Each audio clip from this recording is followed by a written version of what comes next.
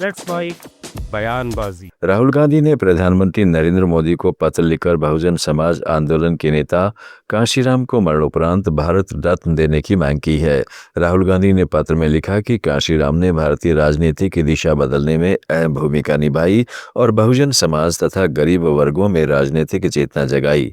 उन्होंने कहा कि कांशीराम ने अपना पूरा जीवन समाज के सबसे निचले पायदान पर खड़े लोगों के अधिकार, सम्मान और बराबरी के लिए समर्पित कर दिया।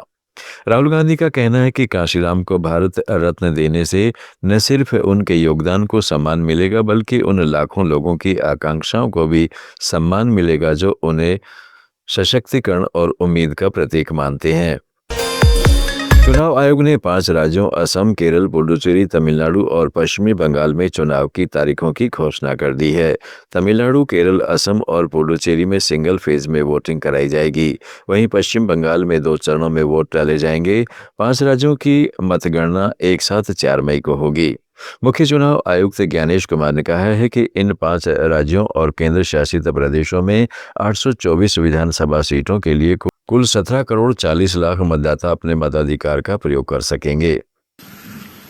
All 126 assembly constituencies for Assam, the polling shall be just in one phase and the polling shall take place on 9th of April, Thursday, 2026.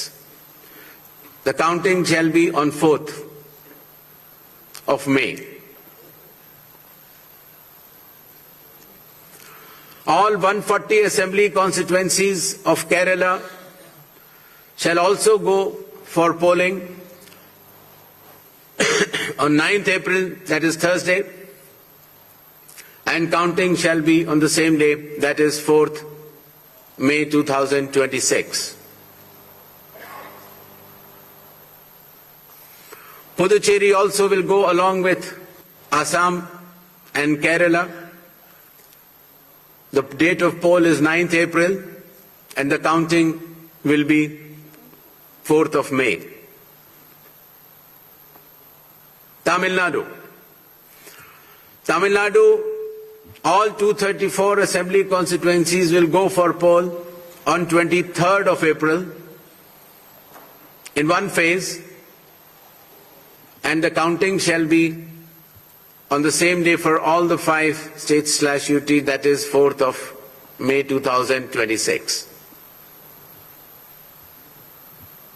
West Bengal,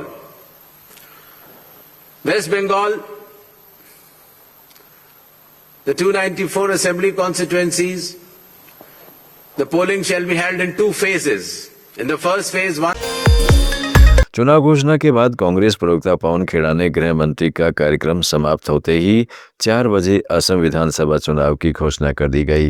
उन्होंने कहा है कि चुनाव आयोग और भाजपा के बीच खुली जुगलबंदी चल रही है। सर, आज इलेक्शन कमीशन ने 4 बजे इलेक्शन को घोषित करेगा, इसको क्या बताना चाहेंगे, कैसे होगा? 3 बजे गृह मंत्री का प्रोग्राम गुवाहाटी में खत्म हुआ, 4 बजे घोषणा हो जाएगी अब चुनाव की। तो ये जो जुगलबंदी चल रही है चुनाव आयोग की भारतीय जनता पार्टी के साथ, ये पूरा देश देख रहा है। लेकिन ये कितनी ही जुगलबंदी कर लें, कुछ भी कर लें, आसाम के लोग मन बना चुके हैं कि वो इस बार परिवर्तन के लिए वोट कर रहे हैं। कांग्रेस का लिस्ट निकलने वाला था, वो निकला? कांग्रेस पार्टी पहली पार्टी है जिसने अपनी बहुत सीटें घोषित कर दी हैं। भारतीय जनता पार्टी अभी नहीं कर पाई है, तो हम समय से भी पहले अपनी लिस्ट डिक्लेयर कर रहे हैं। समाजवादी पार्टी के अध्यक्ष अखिलेश यादव ने दावा किया है कि पश्चिम बंगाल में ममता बनर्जी की तृणमूल कांग्रेस और तमिलनाडु में डीएमके की सरकारें फिर सत्ता में आएंगी। उन्होंने कहा है कि असम और केरल में भी भाजपा को हार का सामना करना पड़ेगा। हो चुके हैं, 23 अप्रैल से जो है 4 मई को नतीजे आएंगे, क्या कहेंगे सर? अब तो इलेक्शन की तारीखें आ गई हैं और जो जनता के अंदर भरोसा है आदरणीय ममता बनर्जी जी, और तमिलनाडु में स्टैलिन जी की डीएमके की पार्टी दोबारा लौट करके आ रही है। अन्य जगह भी बीजेपी ही हारेगी, आसाम में और केरला में। हमें उम्मीद है कि इलेक्शन कमीशन पूरे चुनाव पर निगरानी रखेगा और निष्पक्ष चुनाव होगा सुरक्षित माहौल में सभी मतदाताओं को वोट डालने का अवसर मिलेगा। सलमान खान के आप घर ओडिशा राज्यसभा चुनाव से पहले कांग्रेस सांसद सप्तगिरी शंकर उल्का ने भाजपा समर्थित निर्दलीय उम्मीदवार दिलीप रे और मुख्यमंत्री मोहन चरण मांझी पर गंभीर आरोप लगाते हुए कहा है कि वे कांग्रेस विधायकों को खरीदने और धमकाने की कोशिश कर रहे हैं। उन्होंने खुलासा किया है कि 4 लोग ब्लैंक चेक लेकर बेंगलुरु के होटल पहुंचे थे, जहां पार्टी के 8 विधायकों को सुरक्षित रखा गया है और इनमें से एक व्यक्ति मुख्यमंत्री का बेहद खास है। आपको किडनैप करने के कोई कल 4 व्यक्ति उड़ीसा से आए, हमारे होटल में चेक इन किए, हमारे 8 विधायकों उनके सुरक्षा के लिए हम लोग उनको यहाँ पे लेके आए थे। आज सुबह जब हम नाश्ता कर रहे थे हमारे आसपास घूमने लगे, हमारे लिफ्ट में आए लेकिन उतरे नहीं, हम लिफ्ट में आके नीचे चले गए। हमें जब संदेह हुआ तो हम ये तुरंत पुलिस को बोले। पुलिस ने जब इन्वेस्टिगेशन किया, इंटरोगेट किया तो पता चला कि उनके कॉल रिकॉर्ड्स में AGM Mayfair hotels, Mayfair group of hotels Dilip Rai का है, जो इंडिपेंडेंट कैंडिडेट बीजेपी के सपोर्ट में खड़ा हुआ, उनके नंबर्स नहीं है, उनको बार बार फोन जा रहा था। फिर उसके बाद एक दूसरे व्यक्ति के मोबाइल में दिलीप राय बीजेपी का नाम इंडिपेंडेंट कैंडिडेट करके मैसेज भी आया हुआ है, ब्लैंक चेक था। एंड ये सब एक कोइंसिडेंस नहीं हो सकता, ये सब हमारे विधायक को 5-5 करोड़ देके खरीदने की कोशिश कर रहे हैं। ये जो हॉर्स ट्रेडिंग है इसका निंदा करते हैं। इसमें डायरेक्ट जो 4 लोग हैं उसमें एक मुख्यमंत्री का खास जायसवाल है, उसके बंदा है अजीत शाह, दिलीप राय का नाम भी सामने आ रहा है, ओडिशा का मुख्यमंत्री का। तुम पूरा लोग पार्टी का साथ है सर, तुम पूरा हमारे सारे लोग पार्टी के साथ है, हम कल चुनाव जीतेंगे। ये हॉर्स ट्रेडिंग FIR लॉन्च किए, ये पुलिस कार्रवाई करेगी। थ्रेटन दिए कि किडनैप करेंगे, उठा के ले जाएंगे। अगर हमारे किसी भी विधायक को कोई भी प्रॉब्लम होता है तो उड़ीसा के मुख्यमंत्री मोहन मांझी इसके लिए जिम्मेदार होंगे। Thank you. कर्नाटक के उप मुख्यमंत्री DK शिवकुमार ने भी कहा है कि ओडिशा से 4 लोग कांग्रेस विधायकों को लुभाने के लिए बेंगलुरु पहुंचे थे और एक विधायक को वोट के बदले 5 करोड़ रुपए की पेशकश की गई, लेकिन विधायक ने प्रस्ताव ठुकरा दिया और पार्टी को सूचना दे दी। 4 people have come from Orissa. They have booked a room taking the assistance of one Mr. Suresh here. They have entered the premises. After entering the premises, they have met one of our MLAs. Morning. They are offering 5 crores per vote. They have come with a blank check. They wanted 2 members. They have brought 2 checks from the BJP side. So the MLA has refused. He has informed us. So our people have handed over the checks and the people. 2 of them have escaped and 2 of them have been caught. They have accepted that. Yes, we came for the same purpose. So a complaint has been on the way to file there. So they are doing the job as per the law. This is a great Operation Lotus carried out by our BJP.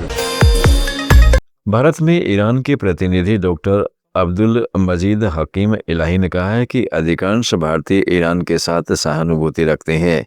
Iran से 2 भारतीय जहाज़ों के straight of Hormuz पार करने के मुद्दे पर एक पत्रकार से सवाल के जवाब में उन्होंने कहा कि भारतीयों ने निर्दोष बच्चों पर हुए बम हमलों के खिलाफ आवाज़ उठाई। ईरान को भारत ने बताया कि उनके समर्थक भारतीयों को गैस तेल की सख्त ज़रूरत है, इसलिए सरकार ने तुरंत इजाज़त दे दी। We have seen some vessels are passing by with the Indian flags from there. Yes. Will you make some special concessions for India, and how do you look at Indian position on this, sir? Actually, what I saw here from Indian, I can say the majority heart of Indians people are with Iran. They condemned the oppression. They follow justice. And they don't want war. Even I can say they are against the war. And they show their loyalty with the oppressed people. even with the children of the girls' school and the school which is attacked by United States, and they show the sympathy, the solidarity. We informed our people in Iran the sympathy and solidarity of our brothers and sisters in India, and we said that now also they are suffering from shortage of gas, shortage of petrol, and they have to provide them and help them and support them. And as well as our embassy also tried several times to help this issue and to solve the problem for our dear brothers and sisters in India. So we are going to see. अमेरिकी ऊर्जा मंत्री Cripps right ने Iran के खिलाफ सख्त रुख अपनाते हुए कहा है कि उनका लक्ष्य कम समय में ईरान की उस क्षमता को पूरी तरह खत्म करना है जिसका इस्तेमाल वह अमेरिकी सैनिकों पर हमले, पड़ोसी देशों को आतंकित करने और वैश्विक ऊर्जा आपूर्ति को खतरे में डालने के लिए पिछले 47 साल से करता आ रहा है। Of course, the whole world will be united on the need to open Hormuz, and clearly we will have the support of other nations to achieve that objective. But in the short term, we have to end Iran's ability to kill American soldiers, terrorize their neighbors, and continue to put global energy supplies at risk, as they've done for 47 years. White house की press सचिव Karoline Leavitt ने Iran के खिलाफ अमेरिकी सफलताओं का दावा किया है। उन्होंने कहा है कि ईरान के बैलिस्टिक मिसाइल हमले 90% तक कम हो गए हैं, उनकी ड्रोन क्षमता 95% घट चुकी है और अमेरिकी हमलों में ईरान के 65 से अधिक नौसैनिक जहाज नष्ट हो चुके हैं। लेविट ने कहा है कि अमेरिका और उसके सहयोगी इस खतरे को पूरी तरह समाप्त करने की दिशा में तेजी से आगे बढ़ रहे हैं। The Iranian regime, or what's left of it, and these radical terrorists are speaking a lot of empty words, but I think their weakened actions speak for themselves and underscore how successful this operation has been just 2 weeks in. We have totally annihilated the Iranian regime's navy. We've wiped out nearly almost all of their ballistic missile threat. In fact, ballistic missile attacks from Iran right now are down 90%. Their drone capabilities are down 95%. We have sunk more than 65 of their naval ships. We've hit more than 6,000 targets across the country, and it's a very big country. And we're going to continue this mission until all of the objectives that President Trump and the Secretary of War have laid out are fully accomplished. And we are totally eradicating this threat of Iran building a nuclear bomb to threaten the world and to attack U.S. troops and personnel in the region with their ballistic missile arsenal. This is a threat that presidents for a very long time have spoken about. President Trump is the first president to actually have the courage to do something about it. Uttar Pradesh के मुख्यमंत्री योगी आदित्यनाथ ने राणा सांगा के शौर्य की याद दिलाते हुए कहा है कि उनके शरीर पर 80 घाव थे, जो भारत की अस्मिता को अक्षुण्ण बनाए रखने के लिए उनके अदम्य साहस का जीता जागता प्रमाण है। समाजवादी पार्टी के सांसद रामजी लाल सुमन की राणा सांगा को गद्दार बताने वाले विवादित बयान पर योगी ने कड़ा पलटवार किया। कहा कि ये वही लोग हैं जो बाबर, औरंगजेब और जिन्ना का महिमा मंडल करते हैं, लेकिन राणा सांगा जैसे महापुरुषों का इतिहास वे कभी नहीं समझ पाएंगे। महाराणा सांगा के शरीर पर 80 घाव ये केवल उनकी व्यक्तिगत साम्राज्य लालसा नहीं, ये भारत की अस्मिता को क्षुण्ण बनाए रखने के लिए उस समय उनके द्वारा दिखाए गए शौर्य प्रतीक का प्रमाण है। हमें अपने स्वयं की चिंता नहीं, हमें तो राष्ट्र की अस्मिता की चिंता है, और उस राष्ट्र की अस्मिता को लेकर के घाव पे घाव सहते गए, लेकिन हरगिज उन्होंने विधर्मियों को घुसने नहीं दिया। महाराणा प्रताप हम देख करके रखते हैं, पहला युद्ध अकबर के खिलाफ जब महाराणा प्रताप ने लड़ा था तब उम्र क्या थी? मात्र 27 वर्ष। जो हटी राखे धर्म को तही राखे करतार का आह्वान करके मात्र 27 वर्ष की उम्र में उनके द्वारा पहले।